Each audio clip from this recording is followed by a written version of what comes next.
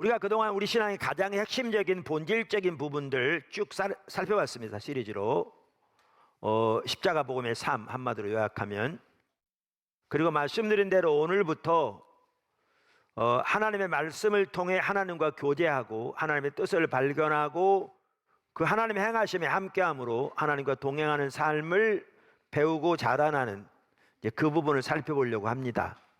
우리가 일반적으로 큐티라고 그러는데요.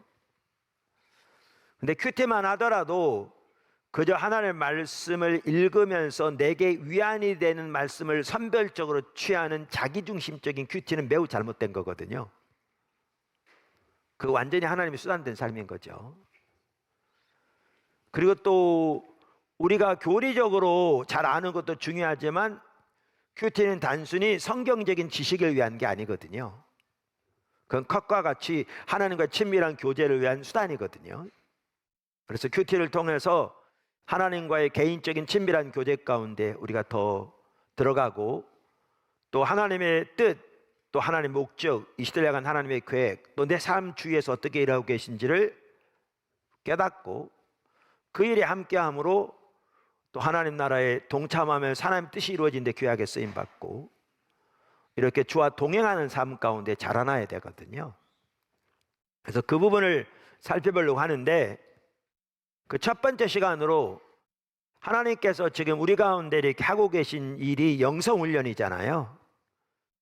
그래서 영성훈련을 전체적으로 좀 살펴보려고 합니다. 뭐냐면 우리가 말씀을 통해서 이렇게 하나님과 교제하고 하나님의 뜻을 발견하는 것이 이 영성훈련과 같은 걸 통해서 실제로 그것이 우리의 삶이 돼야 되거든요. 안 그러면 그냥 이론으로 끝난 거죠. 또 한 번의 시리즈 살펴보고 끝난 거죠. 그건 아무런 의미가 없는 거죠. 전체적인 개요를 말씀드리자면 7가지 정도를 말씀드릴 수 있는데요.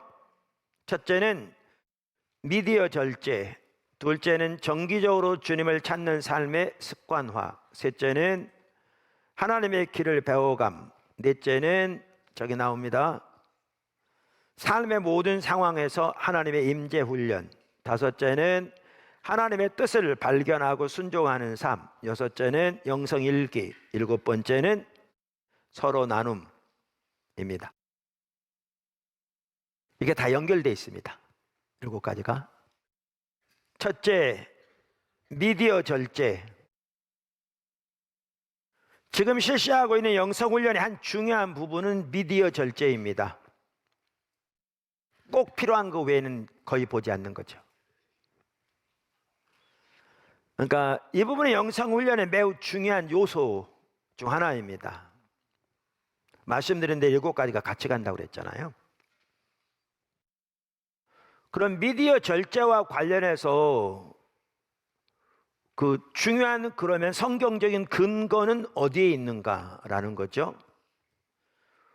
저는 그것을 에베소 5장에서 봅니다. 에베소 5장에서.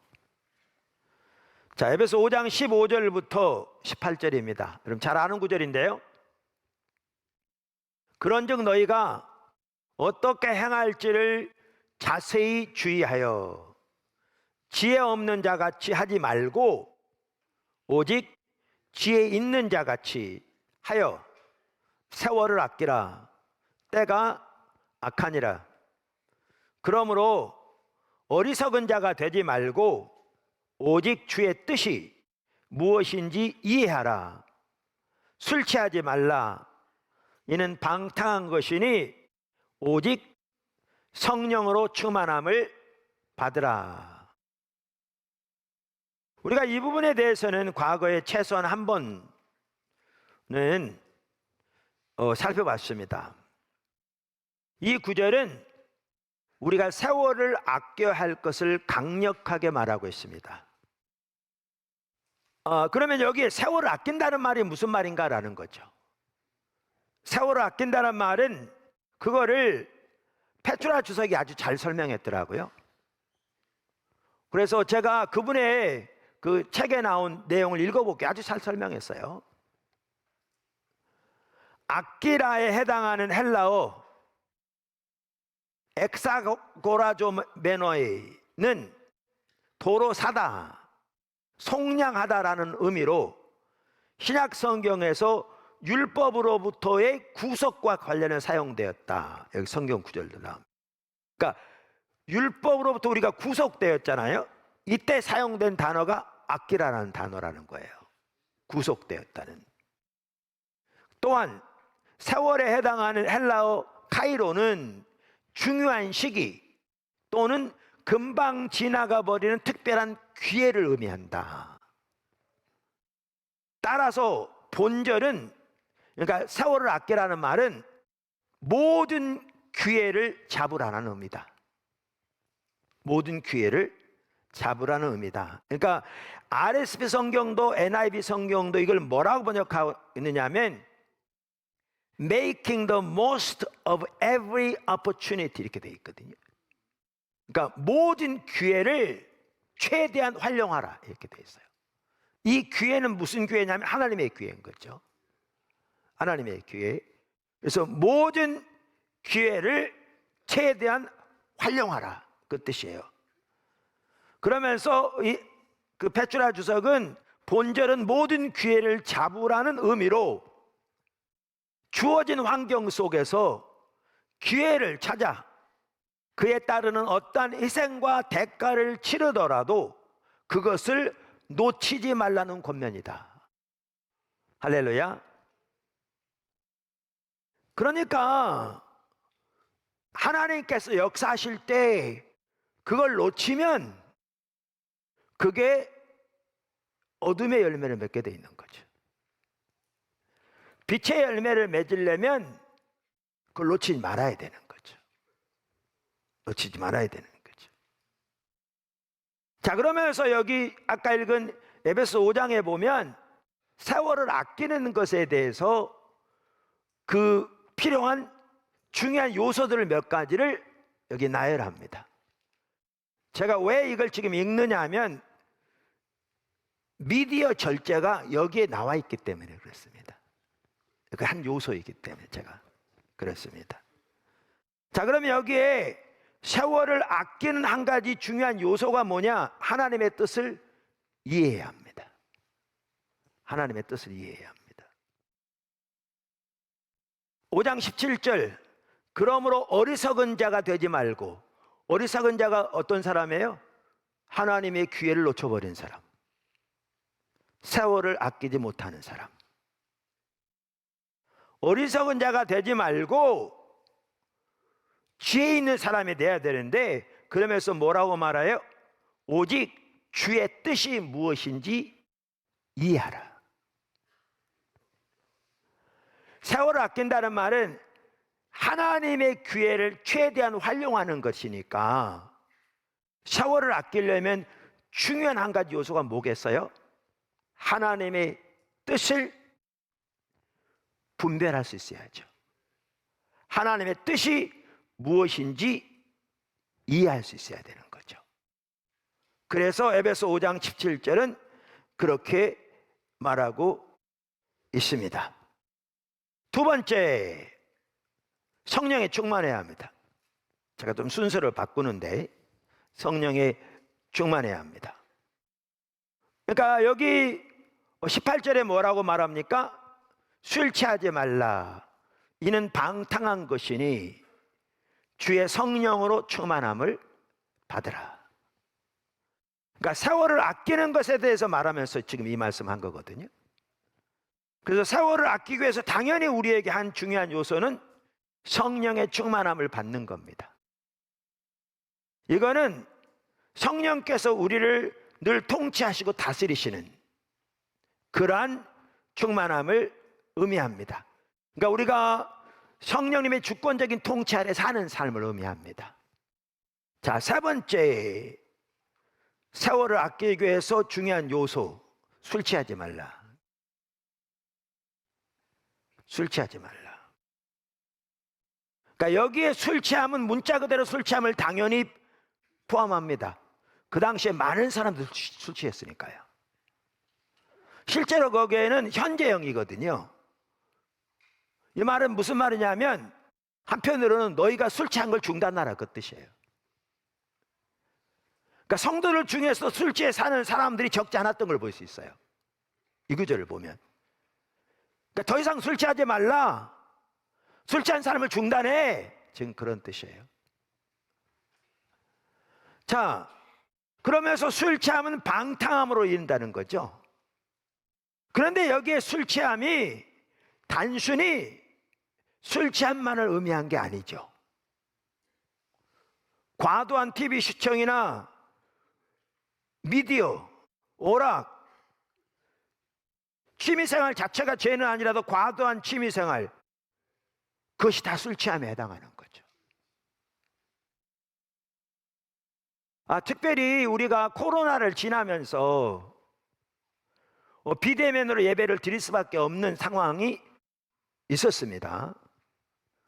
그러면서 그 전에 미디어에 많이 접하지 않았던 성도들마저도 자연스럽게 예배를 드려야 되니까 미디어에 접하게 되고, 접하다 보니까 옆에 있는 여러 가지 것들을 클릭하다 보니까 자기도 모르는 사이에 미디어에 더 많은 시간과 중독까지는 아니라도 더 거기에 붙잡히게 되는 경우가 매우 확대되게 되었습니다. 근데 오늘날의 미디어는 우리가 잘 알 대로 온갖 종류의 세상적인 쓰레기들이 가득하잖아요.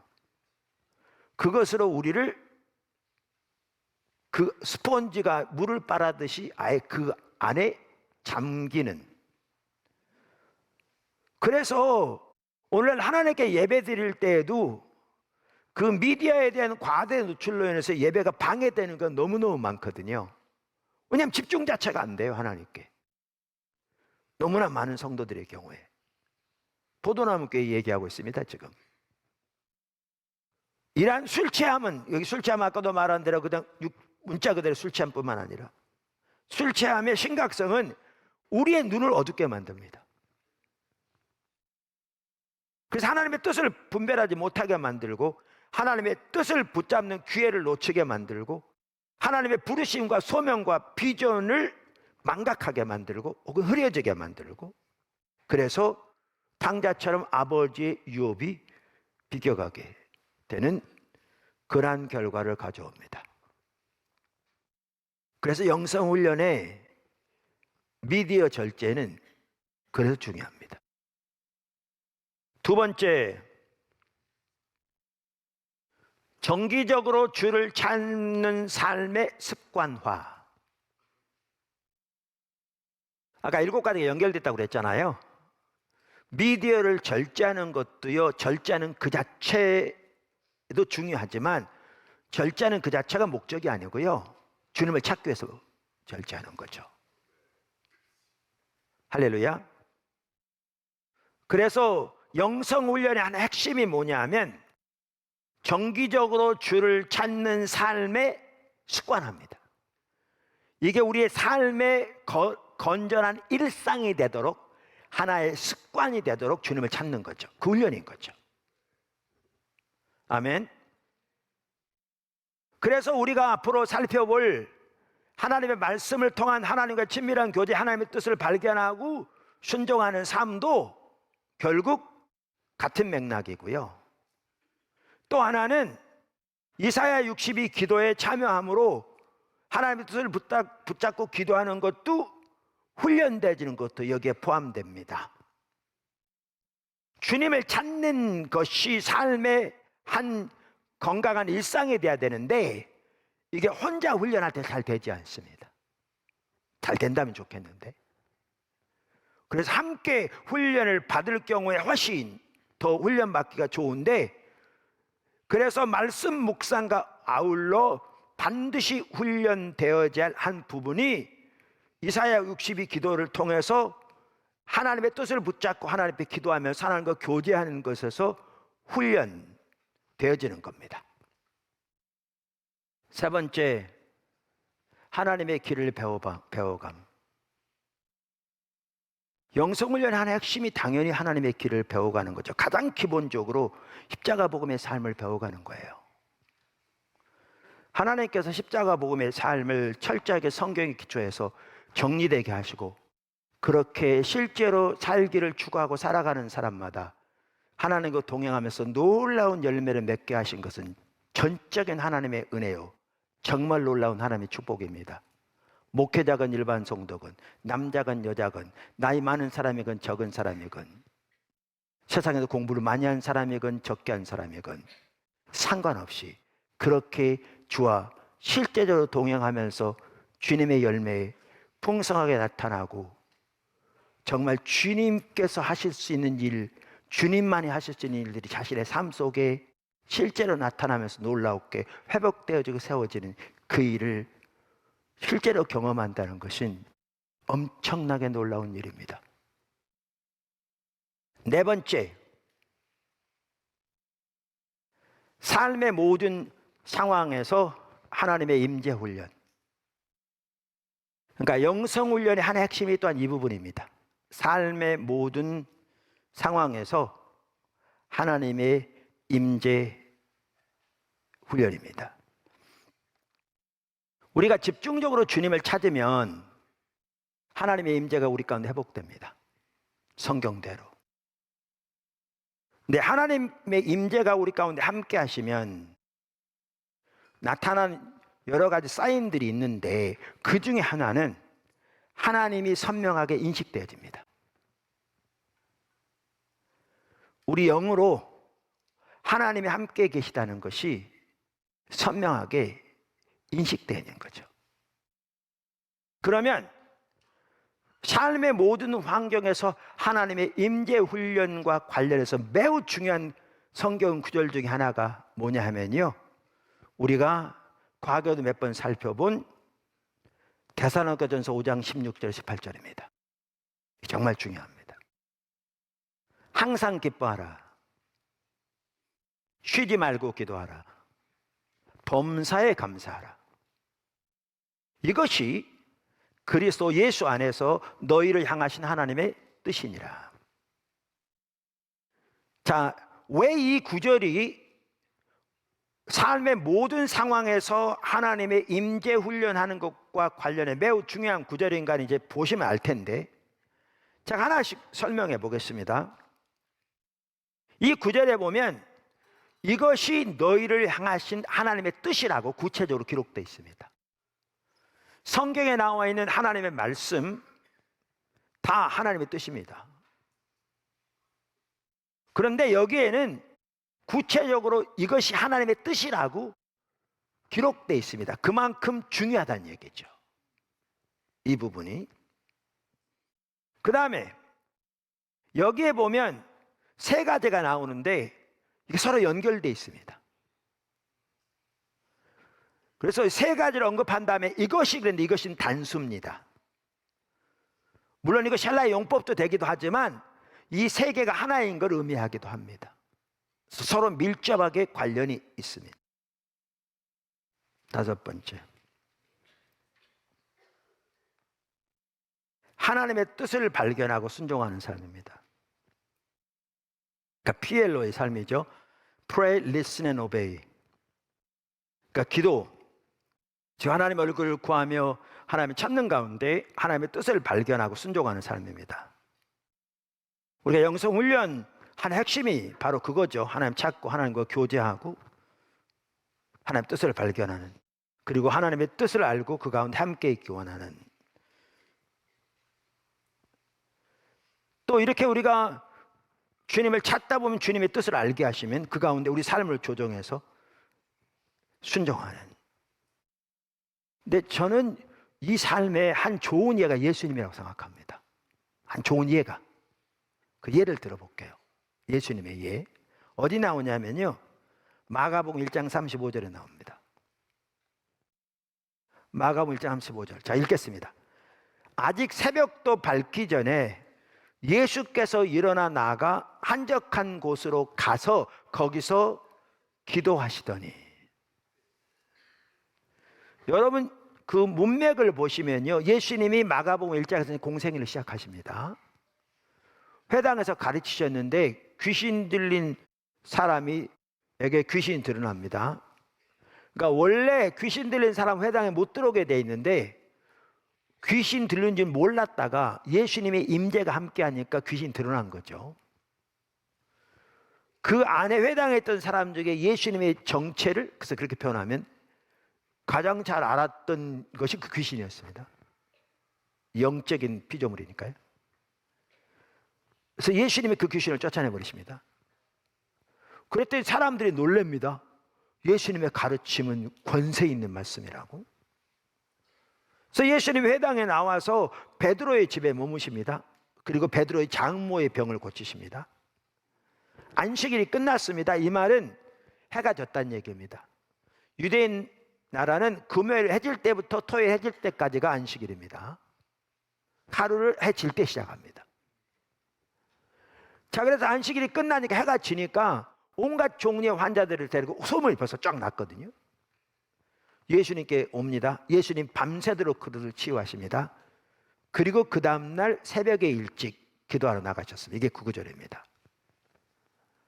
그랬더니 어떤 일이 있었느냐? 바로 다음 절 보실래요? 36절. 시몬과 및 그와 함께 있는 자들이 예수의 뒤를 따라가 만나서 이르되 모든 사람이 주를 찾나이다.